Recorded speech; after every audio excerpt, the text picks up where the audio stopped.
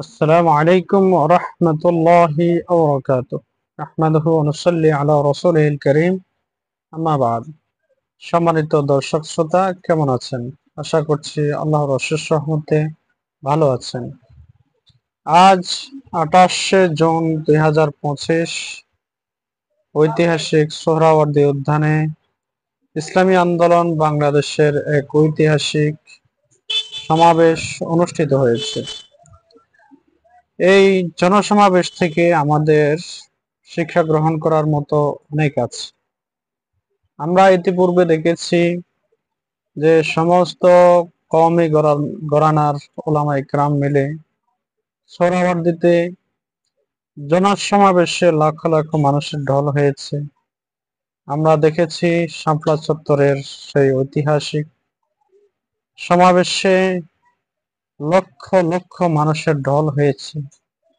কিন্তু আজকে তা নয়, শুধুমাত্র একটি দল, বাংলাদেশের শুধুমাত্র একটি ইসলামী আন্দোলন বাংলাদেশের ডাকে সেই লক্ষ লক্ষ মানুষের ঢল ঐতিহাসিক সোহরাওয়ার্দী উদ্যানে নেমে এসেছে। কি মনে করে বাংলাতে ইসলামী আন্দোলন, ইসলামী দল মতের মানুষ দিন দিন কি বাড়ছে না কমছে? আপনার কাছে কি মনে হয়? এটা আপনার কাছে একটা প্রশ্ন আমি রেখে গেলাম। আরেকটি কথা আমার কাছে সবচেয়ে পছন্দ মনে হয়েছে চরমোনাই পীর সাহেব সৈয়দ মাওলানা মুফতি ফয়জুল করিম দামাত বারাকাতুহুমের বক্তব্য। তিনি বলেছেন, বজ্রকণ্ঠে বলেছেন যে আমরা ঐক্য চাই, তবে কোনো মুনাফিকি নয়।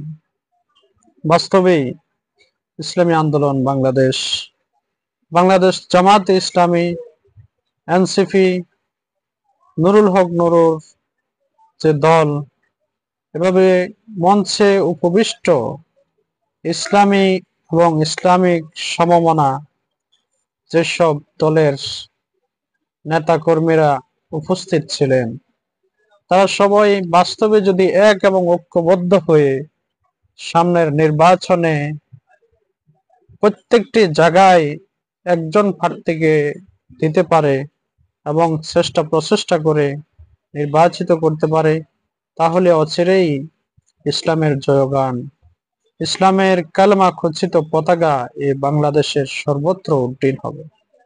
সর্বত্র দুর্নীতি, চাঁদাবাজ, সন্ত্রাস, হত্যাকারী, স্বৈরাচার, জুলুমবাজ, অন্যায়কারীদের দল দুর্বল থেকে দুর্বল হবে। তারা জনগণের ধারে ধারে নিন্দিত, নিগৃহীত, লাঞ্ছিত, অপমানিত অবস্থায় মানুষ তাদেরকে নির্বাচনের ব্যালট বক্সে তারা প্রত্যাহার করবে।